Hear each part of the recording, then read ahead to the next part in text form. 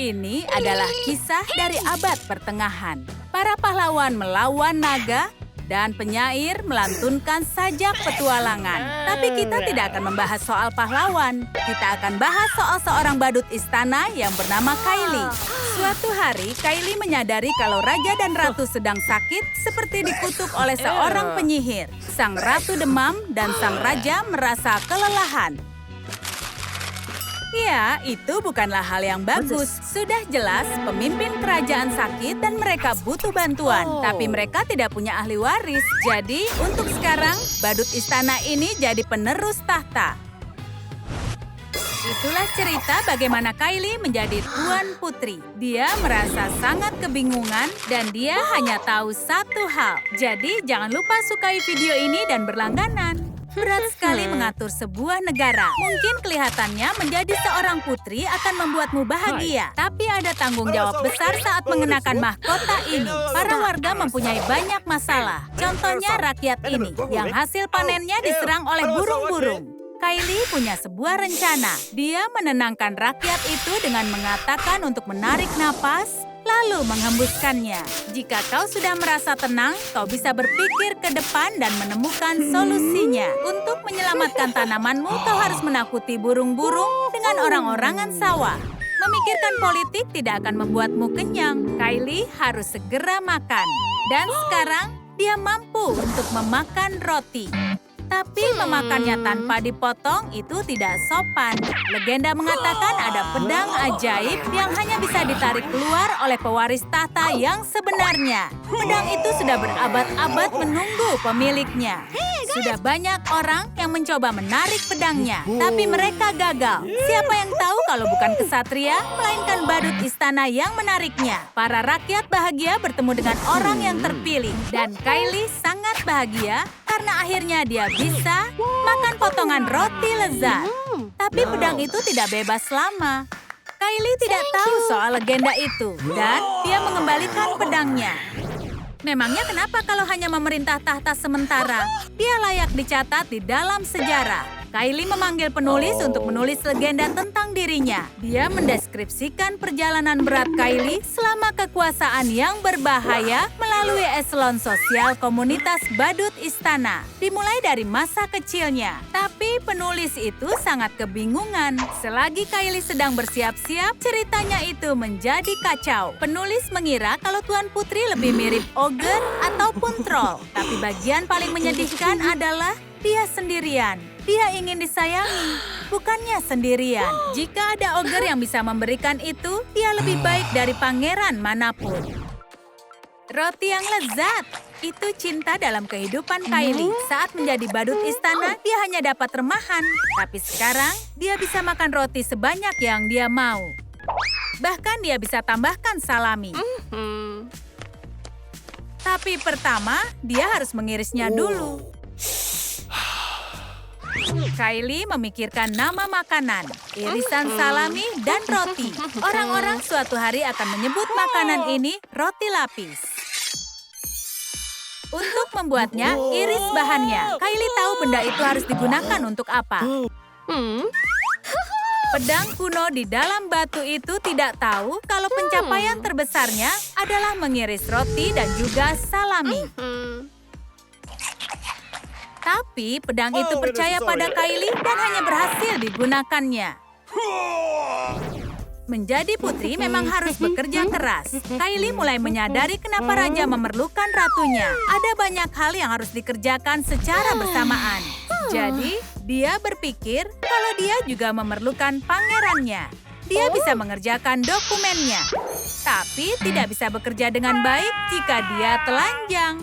Dongeng tidak pernah menyebutkan kalau kau harus pakaikan pakaian pada pangeran katak sebelum menciumnya. Jadi begitu kutukan hilang, pangeran akan merasa nyaman. Katak menjadi pangeran tampan. Jika kau tidak keberatan dengan efek sampingnya, seperti kesukaan pada lalat, tidak semua orang bisa tahan pada hal itu. Fabel dari sang penulis awalnya terdengar membosankan. Sesulit itukah menceritakan bagaimana dia mencari Tuan Putri? Lihat, dia tertidur.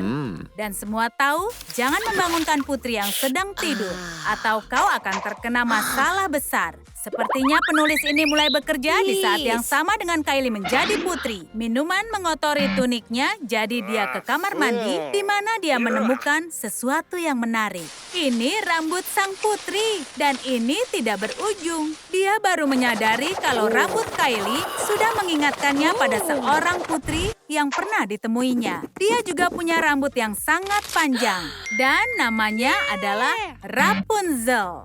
Tapi Rapunzel tidak pernah menyiramkan minuman padanya.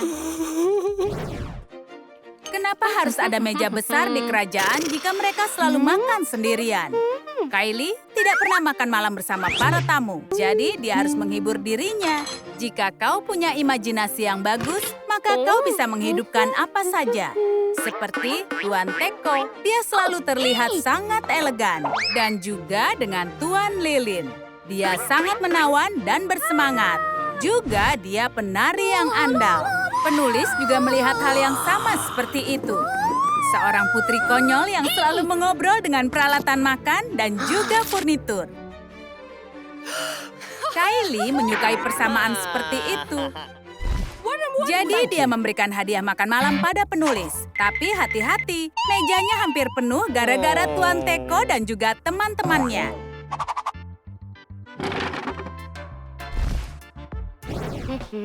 Ada banyak sekali jenis teknologi pada abad pertengahan. Kau bisa berbicara jarak jauh dan itu berkat pemanah gram. 100 tahun yang lalu, tidak ada yang membayangkan kalau manusia bisa berkomunikasi dari jarak yang sangat jauh. Kylie biasanya hanya dapat informasi tagihan dari pemanah gram. Tapi pesan ini bukan dari bank kerajaan. Itu pesan dari pangeran yang tampan. Sebaiknya Kylie menjawabnya. Semua menggunakan pemanah gram untuk berkomunikasi. Dan berkat busur ultra maksimal yang terbaru, mengirim pesan menjadi lebih cepat. Pemanah gram oleh Gulung Wajah. Ini benar-benar ajaib. Dan ini sangat aman. Hanya ada 1 dari 100 pengguna yang melaporkan kesalahan teknis. Jika kau terluka saat menggunakan pemanah gram, temui tabib terdekat. Kylie mulai menikmati menjadi seorang putri. Ada pangeran dan juga banyak sekali makanan enak. Hidup itu memang menyenangkan. Satu-satunya yang mengacaukannya adalah rakyat jelata yang menyebalkan ini. Kau sudah selesaikan masalah burung dan ladangnya malah diserang hama. Itu adalah masalah yang serius. Tapi Kylie mempunyai senjata rahasia. Pangeran tampan ini sangat menyukai resep yang tidak biasa. Dia melawan hama selama berjam-jam. Dan saat kembali ke kastil, dia terlalu kenyang untuk makanan penutup. Penulis bisa menjadi sangat bersemangat. Melakukan apapun untuk dapatkan legenda. Penulis Kylie tidak bisa menulis kisah sempurna tentangnya karena ada sesuatu yang mengganggunya. Sekarang ini, dia kelaparan. Nenek tua ini selalu saja muncul. Lalu, penulis itu menyadari kalau apel tidak hanya sumber vitamin yang bagus, tapi juga tambahan klasik dalam kisah-kisah putri. Kylie menyadari kalau ada yang tidak beres di sini. Nenek tua itu sudah memastikannya. Apelnya beracun. Wow, sangat tidak disangka. Menjadi seorang putri mengajarkan Kylie banyak cerita tentang keluarga kerajaan. Dan cerita salah satunya sangat menyedihkan. Ternyata raja dan ratu mempunyai seorang anak perempuan. Mereka rela melakukan apapun untuknya dan sangat menyayanginya lebih dari apapun. Saat dewasa, dia ingin menjadi perancang sepatu. Dia pindah ke kerajaan lain untuk mempelajari busana. Maka kerajaan ini tidak memiliki ahli waris. Begitu raja dan ratu merasa lebih baik, mereka meminta Kylie untuk mengembalikan tahta. Tapi Kylie tidak mau itu. Dia melakukan pekerjaannya dengan baik di sini. Dia menjadi penguasa kuat yang menyelesaikan masalah para rakyat jelata dan juga menyelesaikan masalah hama. Rakyat jelata menginginkan Kylie tetap memimpin di sini dan Kylie sudah tidak mau menjadi badut istana lagi. Apa yang kalian lakukan kalau jadi Kylie? Berikan saran untuknya di komentar.